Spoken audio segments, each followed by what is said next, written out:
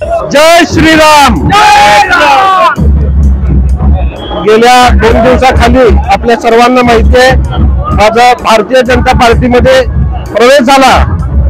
आपल्या देशाचे आदरणीय पंतप्रधान नरेंद्रजी मोदी साहेब व त्याचबरोबर आपल्या महाराष्ट्राचे ऊर्जावान मुख्यमंत्री सन्माननीय देवेंद्रजी फडणवीस साहेब यांचा आशीर्वाद घेऊन प्रदेश अध्यक्ष सन्माननीय रवींद्रजी चव्हाण साहेब, त्याचबरोबर आपले पालकमंत्री जयकुमार भाऊ गोरे, आपल्या सोलापूर शहरातील आमदार माझे मोठे बंधू देवेंद्रदादा कोटे व त्याचबरोबर आपले विजयकुमार देशमुख मालक असतील, सुभाष बापू देशमुख असतील, यांच्या सर्वांच्या आशीर्वादाने मी आज भारतीय जनता पार्टीमध्ये प्रवेश केलेला आहे। आणि खास करून सचिन दादांचं सुद्धा नाव या ठिकाणी घेतलं पाहिजे, कारण त्यांचा सुद्धा आग्रह मला तुम्ही पक्षात यावं म्हणून होता। त्यामुळे आदरणीय सचिन दादांचं सुद्धा मी मनापासून आभार व्यक्त करेन, कारण माझ्यासारख्या एक छोट्याशा कार्यकर्त्याला तुम्ही आज आपण जर बघितलं तर बिहारची इलेक्शन आपण जर बघितली तर अतिशय वन साइडेड ही इलेक्शन झालेली नाही। अशा मोठ्या पक्षात तुम्ही माझ्यासारख्या छोट्या कार्यकर्त्याला घेतायत, त्याबद्दल मी तुमच्या सर्वांच्या मनापासून आभार व्यक्त करतो। निश्चितच गेल्या महापालिकेला जे 2-3 जागा मुळे आपलं बहुमत राहिलं होतं, येणाऱ्या काळामध्ये येणाऱ्या महापालिकेमध्ये 70च्या वर भारतीय जनता पार्टी निश्चितपणे जाईल, एवढा आवर्जून मी तुम्हाला, कारण एवढे खंबीर नेते माझ्या पाठीमागे असल्यामुळे निश्चितच मी सुद्धा त्या दृष्टीने त्या गोष्टीला प्रयत्न करणार आहे। आज जर बघितलं तर स्वर्गीय तात्यासाहेबांचं कार्य असू दे, स्वर्गीय महेश अण्णांचं कार्य असू दे, ते पुढे घेऊन जाण्याचं काम आम्ही निश्चित दोन्ही बंधू मिळून करू, एवढा आवर्जून सांगतो। मी सर्व पक्षातील जुने जे पदाधिकारी असतील त्यांना सर्वांना विश्वासात घेऊन त्यांना सगळ्यांना एकत्रित करून निश्चितच पक्षवाढीच्या दृष्टिकोनातून काम करेल, एवढा आवर्जून सांगतो।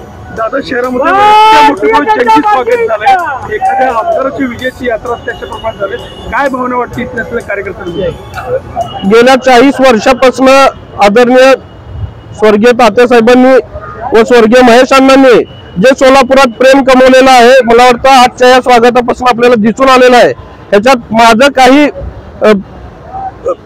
सहभाग नाहीये, पण त्यांनी केलेलं कार्य आणि निश्चितच युवा वर्गाला माझ्यावरती असलेला विश्वास आपल्याला या माध्यमातून दिसून आलेला आहे। सोलापूर शहरातील अनेक युवक आज माझ्याशी जुडले गेलेले आहेत आणि निश्चितच त्यांच्या जे काही प्रश्न त्यांचे जे असतील, महेश अण्णांचं खऱ्या अर्थाने स्वप्न काय होतं तर आपल्या सोलापूर शहरातील युवकाला इथंच रोजगार मिळाला पाहिजे, हा त्यांचा स्वप्न होता। आणि निश्चितच त्या दृष्टिकोनातून आज आपल्याला माहिती आहे की महाराष्ट्राची प्रगती कशा पद्धतीने चालू आहे।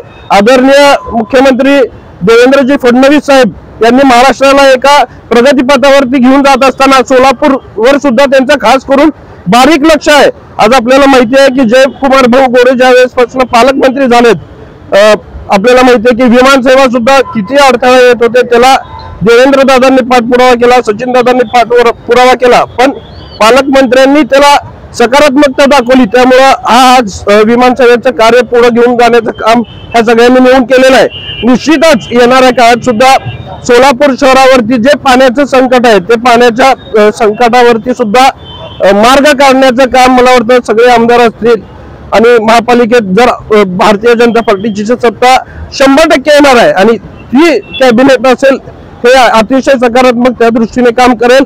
आणि सोलापूरचे जे जे काही प्रश्न असतील, पाण्याचा असेल, युवकांचा असेल, महिलांचा असेल, हे सगळे प्रश्न सोडवण्याचं काम येणाऱ्या काळात आम्ही सगळेजण मिळून करू, एवढा आवर्जून सांगतो। आणि निश्चित आज या सर्वांचं प्रेम बघितल्यानंतर महेश अण्णांनी आणि तात्यांनी काय कमवलंय त्याच्यामुळे माझं मन भारावून आलेलं आहे।